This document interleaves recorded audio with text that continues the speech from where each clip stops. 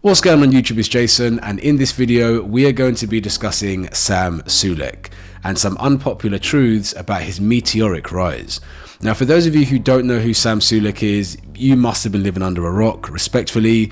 This guy has single-handedly disrupted the fitness industry. Like, he had 8,000 subs at the start of 2023, now he's approaching 3 million, his TikTok is going off, Instagram's going off. He is the man to be at the moment, and hats off to him for all his success. He reminds me a bit of a Rich Piana in terms of his vlogging style. Like, it's really raw, authentic, there's minimal editing, and I think that's what's resonated so well with fans. And long may it continue. He seems like a genuine, down-to-earth guy. Good on him. But all of that being said, the reason I'm filming this video is because I wanted to flag what looks like a very dangerous pattern emerging. Every few years in the fitness industry, somebody bursts onto the scene, and they tend to follow a pattern of 4 things. Number 1, they tend to have a freakish physique, like a 1% physique that everybody admires. Number 2, they tend to achieve that physique with performance enhancing drugs. Number 3, they will either typically completely deny steroid usage or not talk about it at all because of the negative connotations or perhaps sponsorship. And number 4, most tragically, they will die by the age of 30. Now, just to cite a few examples, Z's, if you don't know if you guys remember Z's, he was like the OG fitness influencer when I started watching YouTube.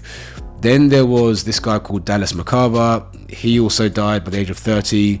Joe Stetics, more recently, who I discussed, I think back in July. And Luke Sando. These were all guys who had amazing physiques and had great prospects to go on and further their careers. But they mysteriously died, and as always, their followers look for every other reason except steroid use as to why they passed away.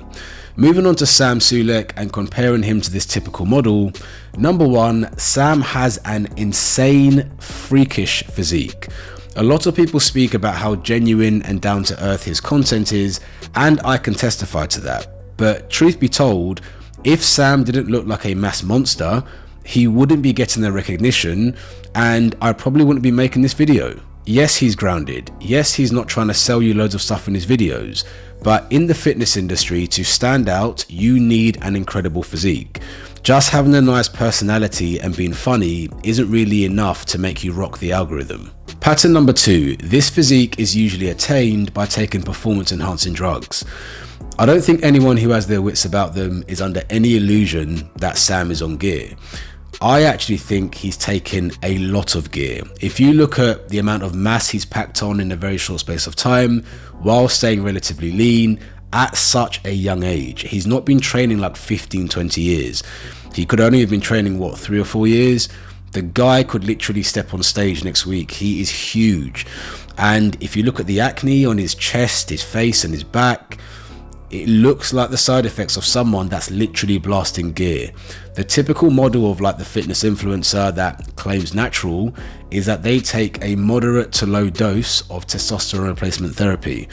I don't think Sam is taking any therapeutic doses. I think he's blasting it just like any pro bodybuilder or want to be bodybuilder in our industry. Yeah, Sam doesn't look like he's in great health, and that level of drug abuse will put a lot of pressure on your internal organs. Pattern number 3 is that people typically deny or don't talk about their steroid usage, and Sam falls into the latter category. He never actually sits there and says, I take these steroids or take this, because maybe it goes without saying, to get to that size and definition and grow as fast as he did, you have to have been taking steroids. And to be honest, bodybuilding inherently isn't natural, so maybe he feels like he doesn't really need to clear anything up.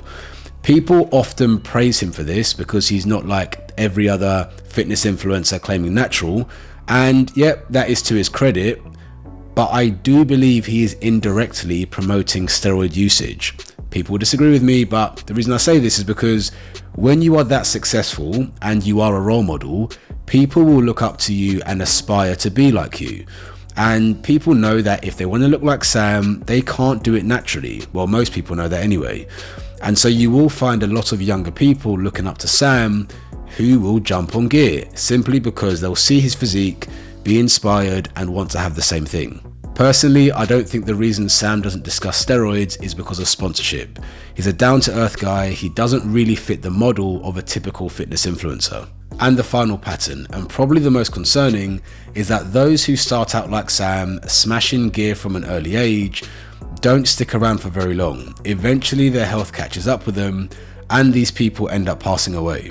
I really pray this doesn't happen to Sam and he starts taking sensible precautions for his health. As I mentioned, he's been a breath of fresh air, his content is great, and I hope he continues to make great content for a long period of time. But the way he's going, he's not doing himself any favors with the amount of steroids he's taking, and to be honest, his diet. He eats like junk food, chips and burgers while he's bulking, and drinks like 4 liters of chocolate milk a day. There is only so much the body can take. None of us are immortal. And while we are on the topic of untimely deaths and unnatural statuses, I just wanted to flag what I feel is a massive hypocrisy in the fitness industry, particularly from those that consume fitness content. And that is, they spend all their time on a witch hunt for fake naturals, people that are on steroids and are claiming to be natural. But they support, like and follow people that have freakish physiques that could almost never be attained naturally. And so what you're inadvertently doing and communicating to people wanting to be fitness influencers is, if you jump on steroids and have a massive freakish physique, we are going to respect you, we are going to pay homage to you, and we are going to make you a multi-millionaire essentially.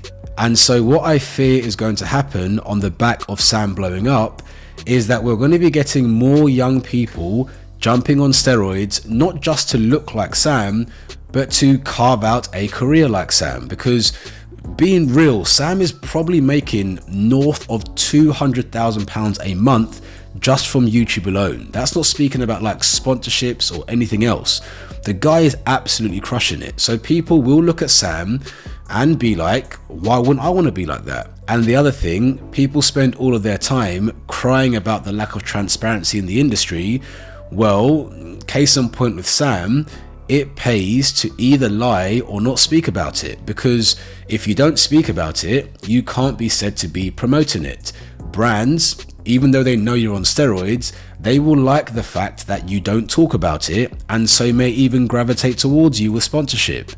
And so it's a very slippery slope that not only harms the younger generation who are jumping on steroids, but also encourages more fitness influencers to get freakish looking so they can blow up on socials as well. So yeah, that's everything. This video wasn't made in any way to bash Sam. Can you blame him? The guy's probably making £2 or £3 million a year at the age of 21. And for some people, they just see gear as a way to get there.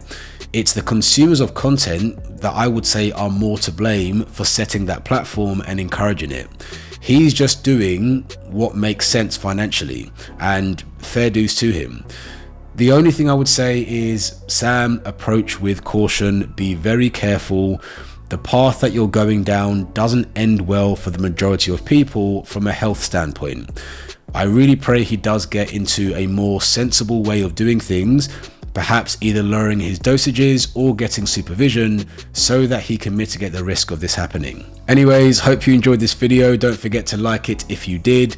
Comment below, let me know whether you think I'm being harsh or you think I've hit the nail on the head.